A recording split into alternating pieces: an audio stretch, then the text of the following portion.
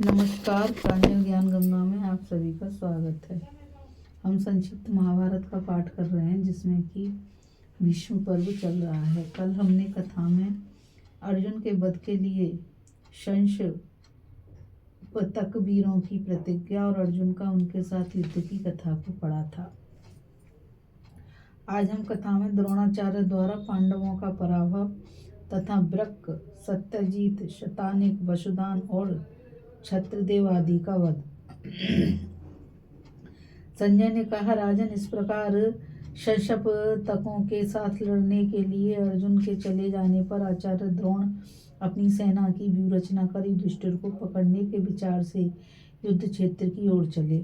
महाराज युधिष्ठिर ने आचार्य की सेना का गरुड़ व्यूह देखकर उसके मुकाबले में मंडलार्ध व्यूह बनाया। कौरवों के गरुड़ व्यूह के मुख्य स्थान पर महारथी द्रोण थे। सिर स्थान में भाइयों के साथ राजा दुर्योधन थे। नेत्र स्थान में कृतवर्मा और कृपाचार्य थे।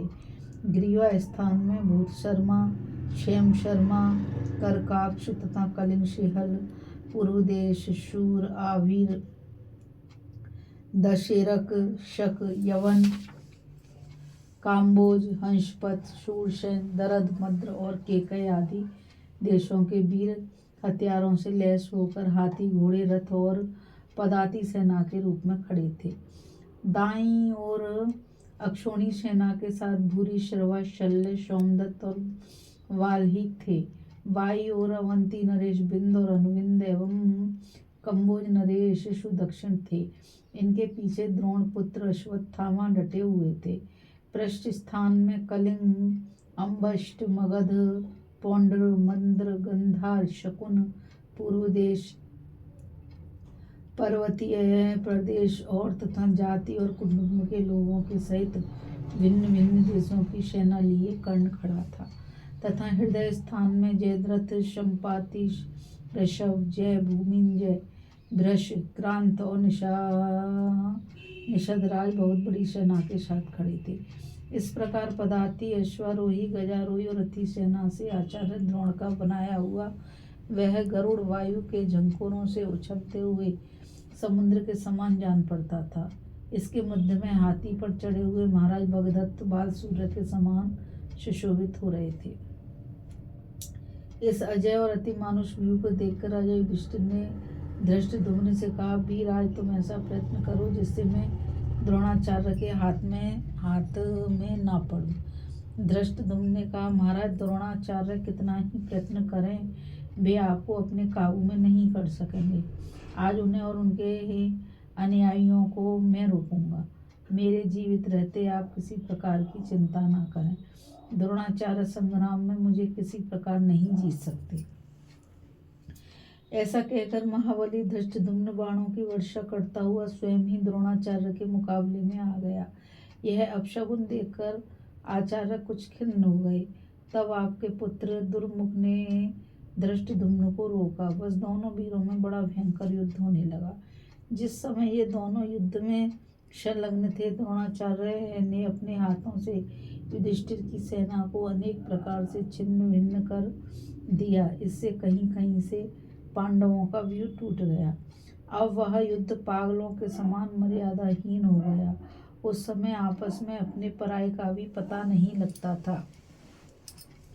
इस प्रकार जब बड़ा ही घमासान और भयंकर युद्ध चल रहा था, आचार्य ने सब वीरों को चक्कर में डालकर युधिष्ठिर पर आक्रमण किया।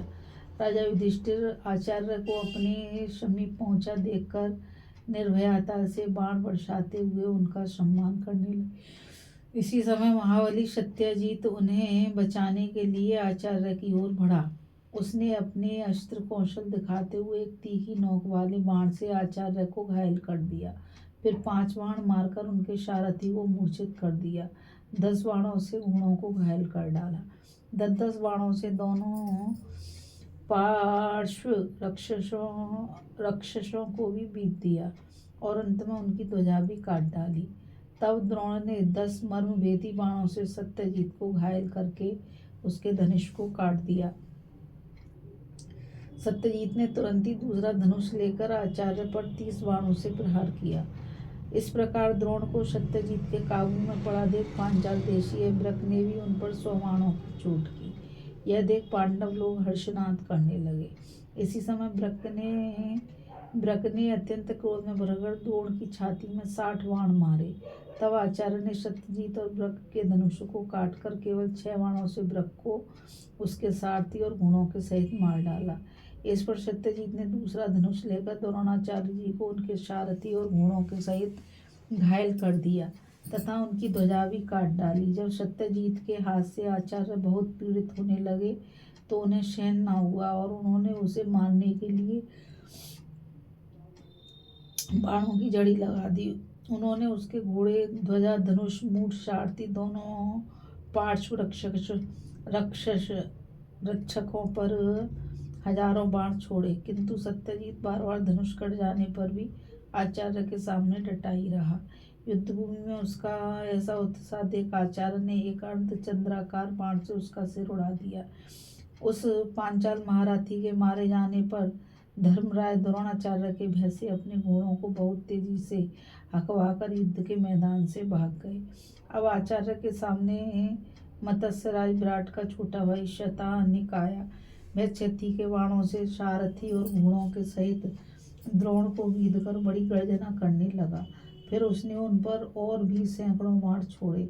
तब उसे बहुत गरजते देख आचार्य ने बड़ी फुर्ती से एक शूर्पर बाण मारकर उसका कुंडल मंडित मस्तिष्क काट डाला। यह देखकर मत्स्य देश के सब वीर भागने लगे। इस प्रकार मत्स्य वीरों को जीतकर द्रोणाचार्य ने चेदी, करुष्की, कई, पांचाल, संजय और पांडव वीरों को भी बार बार परास्त किया।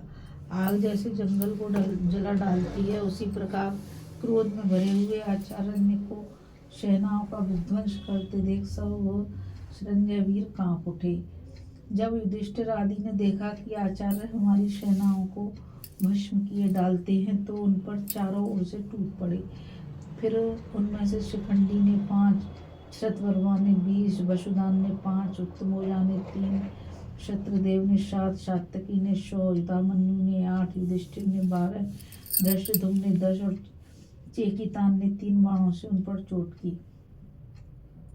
तब द्रोण ने सबसे पहले धृणसेन को धराशायी किया, फिर 9 बाणों से राजा क्षेम को घायल किया। इससे वह मरकर रथ से नीचे गिर गया। इसके पश्चात उन्होंने 12 बाणों से शिखंडी को और 20 से उत्तमोजा को घायल किया तथा एक भल्ल बाण से वसुदान को यमराज के घर पहुंचा दिया। फिर 80 बाणों से शत्रुवर्मा पर और 26 से सुदक्षिण पर वार किया तथा एक भल्ल से शत्रुदेव को रथ से नीचे गिरा दिया। तदंतर 64 बाणों से युधामन्यु को और 30 से सात्यकी को बीध कर वे फुर्ती से धर्मराज युधिष्ठिर के सामने आ गए। यह देखकर युधिष्ठिर अपने घोड़ों को तेजी से अगवाकर युद्ध क्षेत्र से भाग गए और अब आचार्य के सामने एक पांचाल राजकुमार आकर डट गया। आचार्य ने फौरन ही उसका धनुष काट दिया तथा सारथी और घोड़ों के सहित उसका भी काम तमाम कर दिया। उस राजकुमार के मारे जाने पर सेना में चारों ओर से द्रोण को मारो ऐसा कोलाहल होने लगा, किंतु उन अत्यंत क्रोधातुर पांचाल, मत्स्य, केकय, संजय और पांडव वीरों को द्रोणाचार्य ने घबराहट में डाल दिया। उन्होंने कौरवों से सुरक्षित होकर सात्यकी, चेकितान, धृष्टद्युम्न, शिखंडी, भृतसेन और चित्रसेन के पुत्र सेनाविंदु और सुबर्चा, इन सभी वीर और दूसरे राजाओं को युद्ध में परास्त कर दिया तथा आपके पक्ष के दूसरे योद्धा भी उस महासमर में विजय पाकर सब और पांडव पक्ष के वीरों को कुचलने लगे। इस कथा में बस इतना ही। अभी हम कथा में द्रोणाचार्य द्वारा पांडवों का पराभव तथा ब्रक, सत्यजीत, शतानिक, वसुदान और शत्रुदेव आदि का वध की कथा को पढ़ रहे थे। अब हम कथा में द्रोणाचार्य की रक्षा के लिए कौरव और पांडव वीरों का द्वंद्व युद्ध की कथा को पढ़ेंगे। इस कथा में बस इतना ही। उस गीता रावत को आज्ञा दीजिए। कल फिर मिलेंगे एक नई कथा के साथ। और मैं आप सभी से यही कहना चाहती हूँ कि इस चैनल को ज़्यादा से ज़्यादा लाइक, शेयर और सब्सक्राइब कीजिए ताकि यह अमूल्य ज्ञान अधिक से अधिक लोगों तक पहुँच सके। राधे राधे। जय श्री कृष्णा। नमस्कार।